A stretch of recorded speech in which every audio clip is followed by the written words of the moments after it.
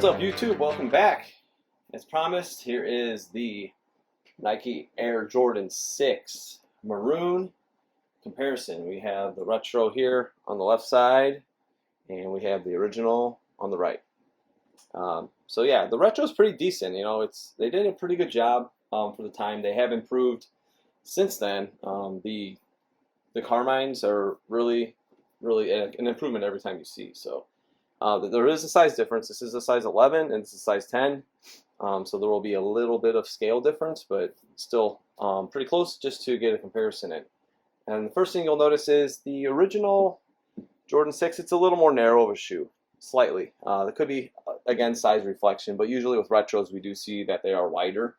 But typically that's the kind of the trend. The leather here is just nice full grain leather, and on the retro it's not the greatest. It's very mediocre. They have improved this over time, but yeah, tongue height, obviously OG or bust. Tongues are always taller and on point. You can see even the Jumpmans here, they're pretty close. Here's the original Jumpman, and compared to that one with the other two pairs or the other shoes from each, you'll see the Nike. I was referencing in the Air Jordan 6 collection how the Nike's a little more narrow on the original. So yeah, tongue height's definitely different. Maybe a shade darker on the Maroon, but they look good. The retro is decent. The shape here is obviously more narrow. It comes down a little bit more. These are cut a little different. This is pretty close. This is just a little closer here. You see this inner panel. I think I showed on the Jordan 6, the Carmines also, the comparison, how I just don't like how this inner panel should be cut shorter. You see the leather edge. You can just tell, like, this is thinner too. Just nicer leather. Better quality all around on the original as usual. They're pretty much on point for like size height, surprisingly, between that. So it make me think if I had the original size 11, that maybe the OG would be a tad taller.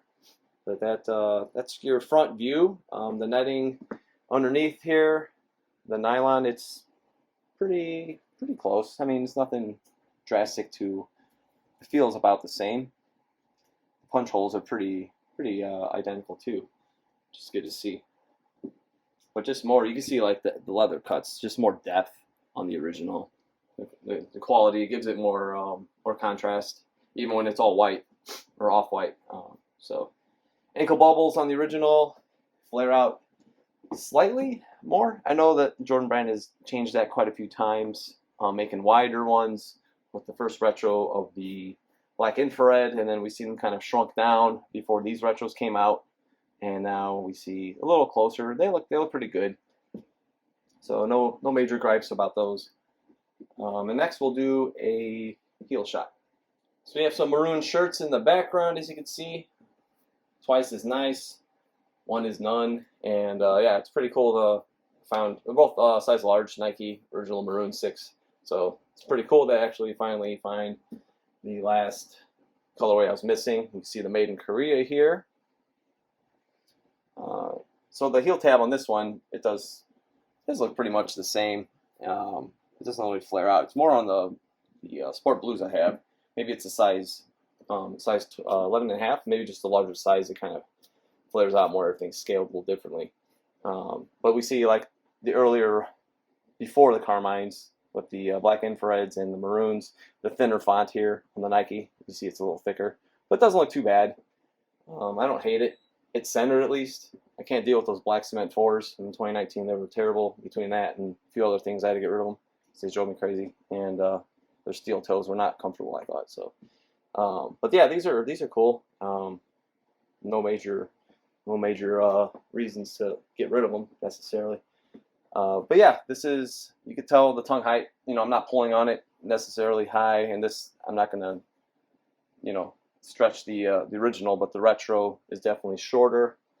And if you come up, and you can see down into the insole, we'll get some light down in there.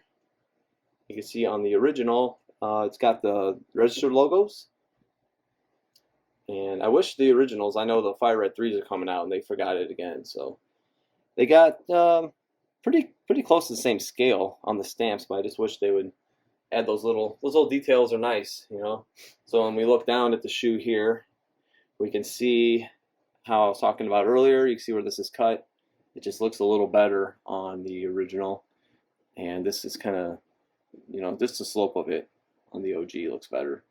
Nicer cut, thicker leather cuts. You can see it's a little more evident. And next we're going to do a toe-to-toe comparison. All right, so here's toe-to-toe. And you can see just even the side panels, how thicker the leather is.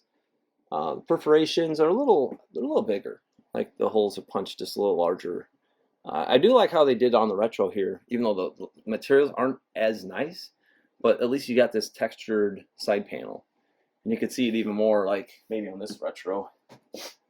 Yeah, you can definitely see it up close on the left shoe. So it kind of mocks the original with that textured side panel, and then you have the smoother leather on the toe and on the side panels that contrast with it. So that's cool. I like that detail that they didn't leave out. But yeah, the toe box is pretty decent on the. It's not terrible. It's not perfect, but it's, you know, I've seen worse. Let's just say that. Stitching is pretty well done on the retro. I just feel like this retro is kind of overlooked, and maybe it was before people were really ready to see the Maroons come back. But I grabbed one pair. I wish I grabbed two. But you know, when you're looking at it, it's a pretty good shoe. Back heel tabs maybe stick out just a tad more on the OG. Kind of flares out more. Get that Porsche inspiration, you know.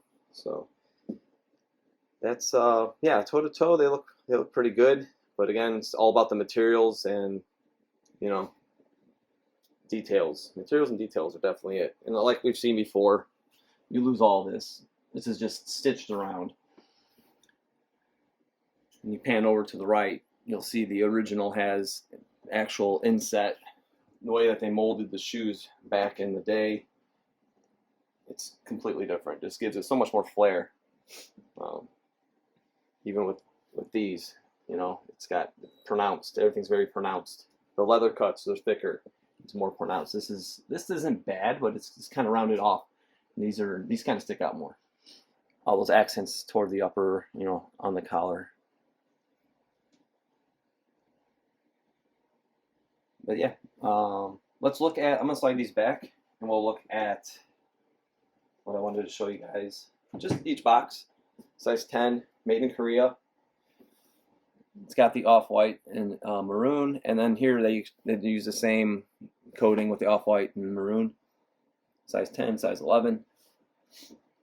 And then when we pull these forward, you can see the Nike here on the OG. There's on the retro, and then when we see the OG, you can see the Nike is just a little thinner. This looks maybe a little darker too, maroon on the lace locks. Yeah, these look pretty good though. But yeah, just guys, a little difference. Again, it's all in the details, so just want to point those out. And next, we're going to do a heel to heel. All right, so here's heel to heel. And correction, I thought they were size 10, but they have 10 and a half. You can see actually on the inside stamp right there. Yeah, the box was a replacement size 10, and so it's a half size difference. So a little update on that. But anyway, the shape of the retro just on the heel just looks kind of weird. Like this to me, it just looks a little, just the way it's kind of molded. Like the original, it's just got a nice shape. This looks more narrow for your foot even. And just like the shape of it, just it's kind of weird. But yeah, again, you can see really closer shot of like the dynamic ankle bubble and the stitching and how it's inset.